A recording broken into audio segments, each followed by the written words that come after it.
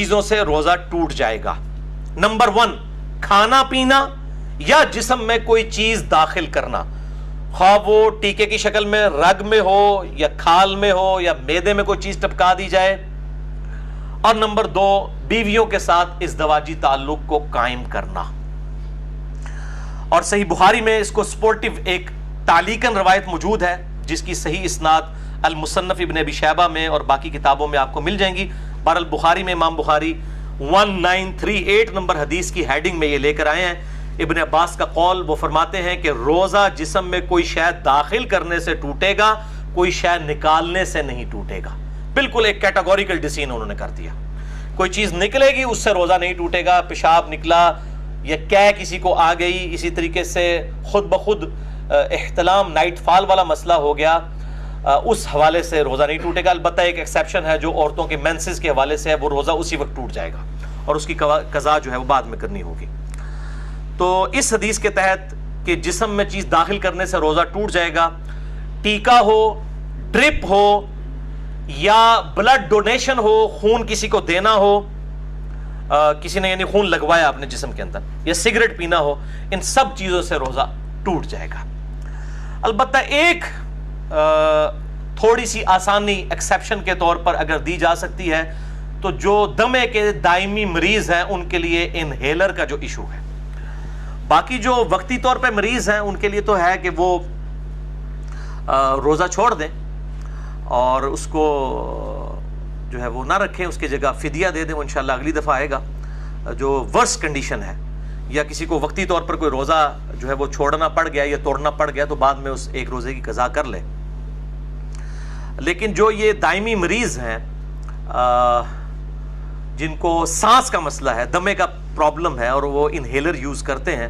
ان کے لیے ایک ایکسیپشن اجتہاداً دی جا سکتی ہے اس حدیث کے تحت جو بخاری اور مسلم دونوں میں ہے، مشکات میں ہے 3724، کہ آپ صلی اللہ علیہ وآلہ وسلم جب بھی کسی صحابی کو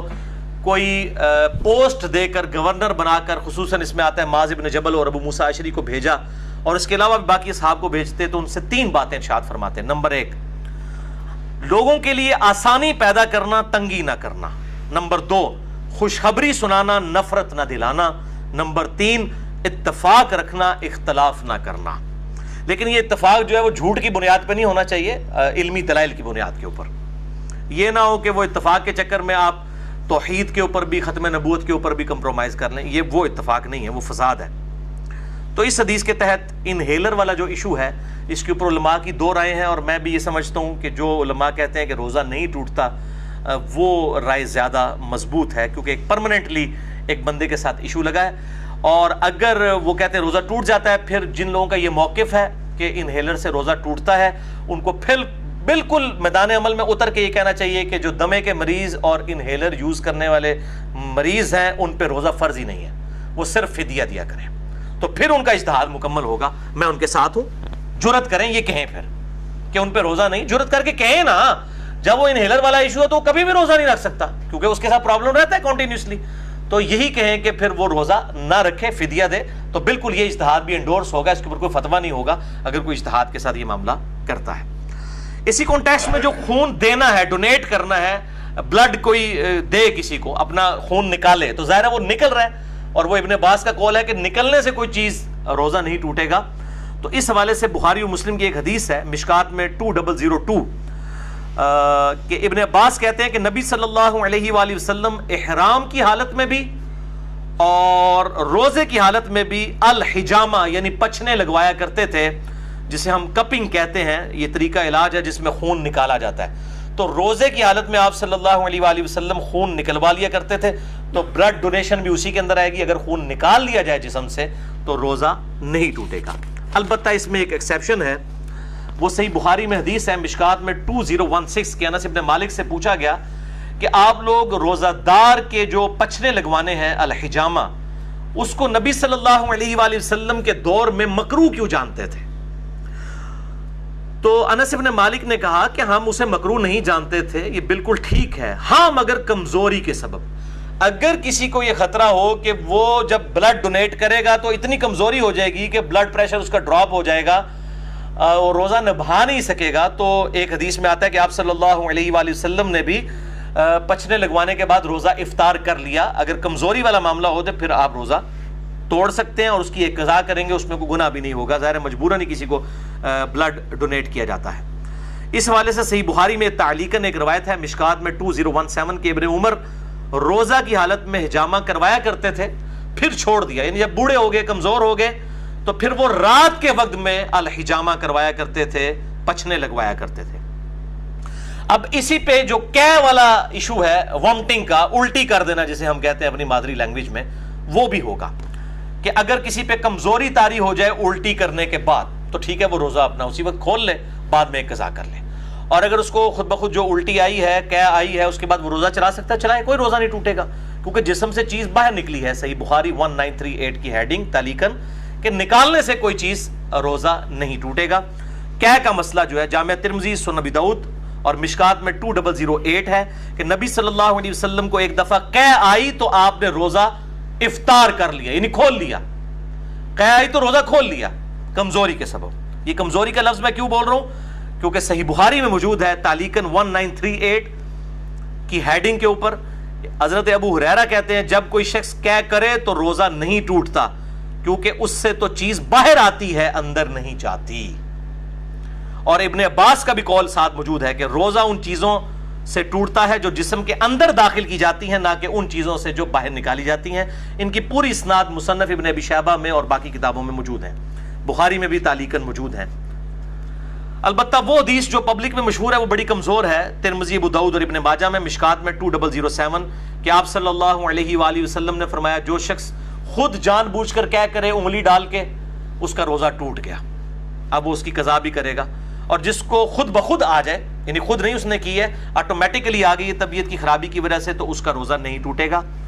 یہ حدیث جو ہے اس کو امام ترمذی نے کہا یہ ضعیف ہے، اور انہوں نے کہا میرے استاد امام بخاری بھی اسے ضعیف کہتے تھے، امام ترمذی نے ساتھ لکھا اس میں حشام بن حسان مدلس ہیں اور ان سے روایت کر رہے ہیں، سما کی تصریح نہیں ہے، البتہ اس کو سپورٹیو ایک صحیح روایت موجود ہے موقوفاً ابن عمر رضی اللہ تعالیٰ عنہ سے، المصنف ابن ابی شیبہ میں انٹرنیشنل نمبر کے مطابق 9188 ابن عمر رضی اللہ تعالیٰ عنہ فرماتے ہیں جو شخص جان بوجھ کر کیا کر دے،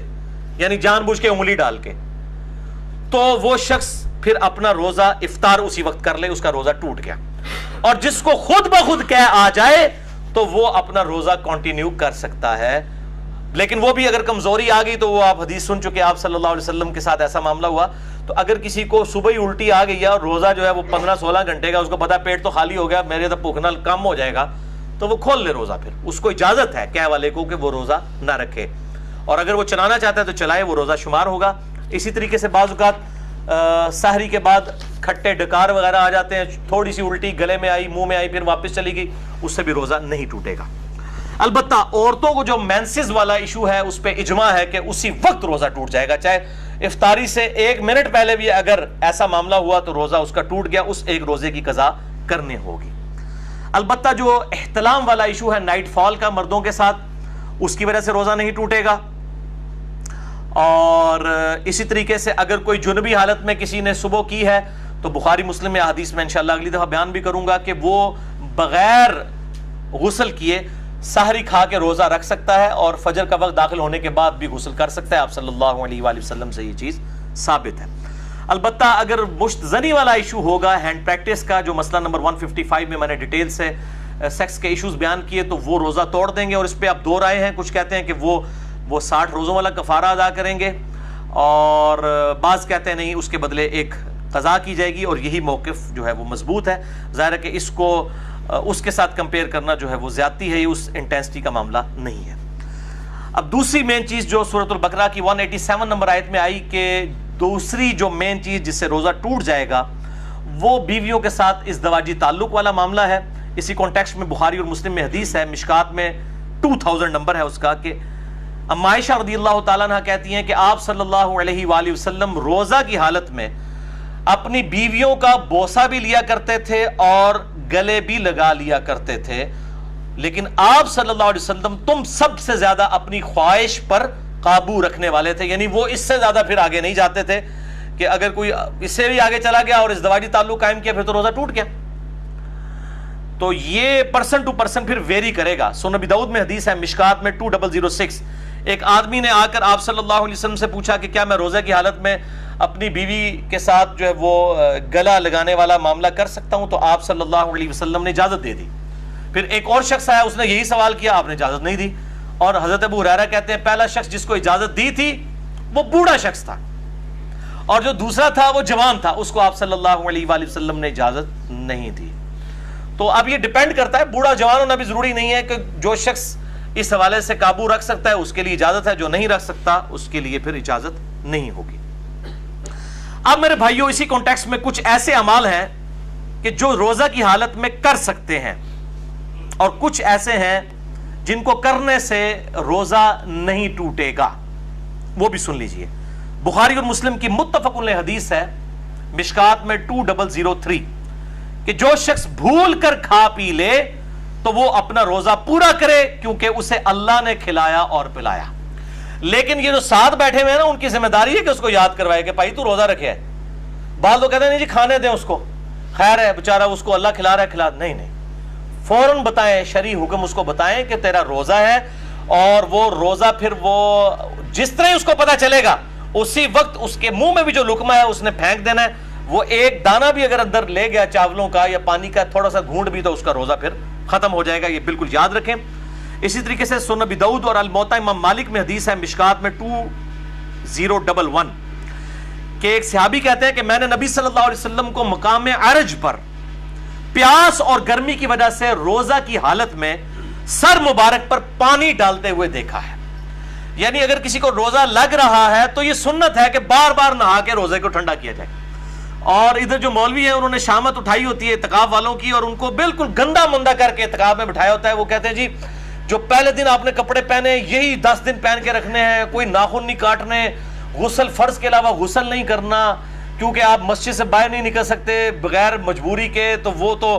اعتکاف ٹوٹ جائے گا. تو یہ مسجد کی باؤنڈریز میں وہ فنائے مسجد جو ہے,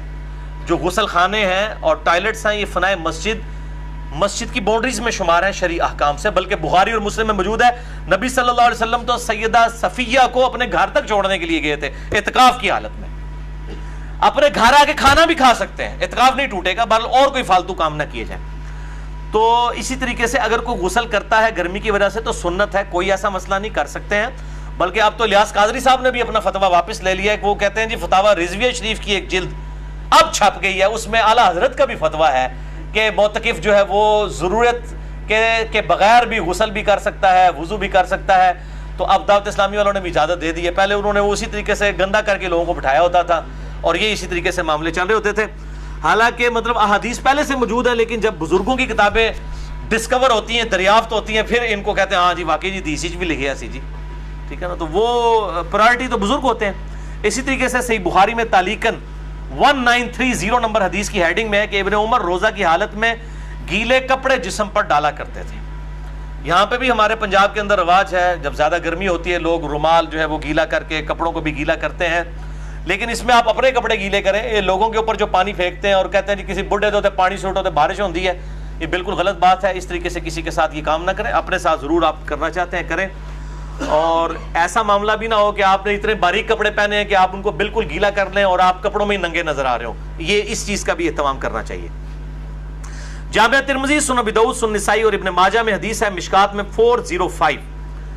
کہ آپ صلی اللہ علیہ وآلہ وسلم نے فرمایا روزہ کی حالت کے علاوہ ناک میں خوب پانی چڑھاؤ, غسل میں بھی اور وضو میں بھی, لیکن روزے کے علاوہ. کیونکہ روزے کی حالت میں اگر ناک میں آپ نے اوپر تک پانی پہنچایا تو اگر کسی کا غسل فرض ہے تو وہ بس نارملی ناک کو جتنا آسانی سے جاتا ہے اوپر تک, بہت اوپر نہ چڑھائے, کیونکہ اگر دماغ تک پانی پہنچ گیا اور حلق میں ایسا پہنچا کہ اندر چلا گیا, دونوں صورتوں میں روزہ ٹوٹ جائے گا. وضو, غسل, تیمم اور استنجا کے اوپر مسئلہ نمبر 42 میرا اہل سنت پاک.com ہماری ویب سائٹ پہ دیکھ سکتے ہیں. اب میرے بھائیوں کچھ اہم فقہی مسائل جلدی کور کر دوں. صحیح بخاری میں 1930 سے لے کر 1938 تک یہ جو کل 9 احادیث کی ہیڈنگز کے اندر امام بخاری تعلیقاً لے کر آئے ہیں, اور مکمل اسناد اس کی المصنف ابن ابی شیبہ میں موجود ہیں بڑی ڈیٹیل کے ساتھ, اور اکثر چیزوں کے اوپر تو ان پہ اجماع ہے. نمبر 1 صحیح بخاری میں تعلیقاً ہے, عامر بن ربیعہ کہتے ہیں کہ نبی صلی اللہ علیہ وآلہ وسلم کو میں نے روزے کی حالت میں اتنی دفعہ مسواک کرتے دیکھا ہے کہ میں شمار بھی نہیں کر سکتا. تو روزہ دار مسواک بھی کر سکتا ہے، ٹوتھ برش بھی کر سکتا ہے، لیکن ٹوتھ پیسٹ سے اجتناب کرے، اس میں ٹیسٹ والا معاملہ ہے، اور اس کے ٹیسٹ کو مسواک کے اوپر قیاس نہ کرے۔ البتہ اگر کوئی ٹیسٹ والا معاملہ کر بھی لیتا ہے تو روزہ نہیں ٹوٹے گا، کیونکہ جب تک حلق سے نیچے نہیں جاتا روزہ ٹوٹے گا نہیں، بچنے میں عافیت ہے۔ صحیح بخاری میں تعلیقاً ابن مسعود کا قول ہے کہ روزہ دار کنگھی اور تیل بھی لگا سکتا ہے بالوں میں۔ صحیح بخاری میں تعلیقاً انس بن مالک کا قول ہے کہ روزہ دار سرما بھی لگا سکتا ہے آنکھوں کے اندر، لیکن آنکھوں میں دوائی نہ ٹپکائیں، کیونکہ دوائی وہ سیدھی گلے کے حلق تک پہنچتی ہے، صرف سرمے کا مسئلہ ہے یا پانی کا، وہ جائز ہے۔ صحیح بخاری میں تعلیقاً ابن عباس کا قول ہے کہ روزہ دار ہنڈیا کا ذائقہ بھی چکھ سکتا ہے۔ چکھنے اور کھانے میں فرق ہے، چکھنا جو ہے وہ زبان کی نوک کے اوپر ہوتا ہے، یعنی نمک مرچ کو چکھ کے پھر تھوک دے۔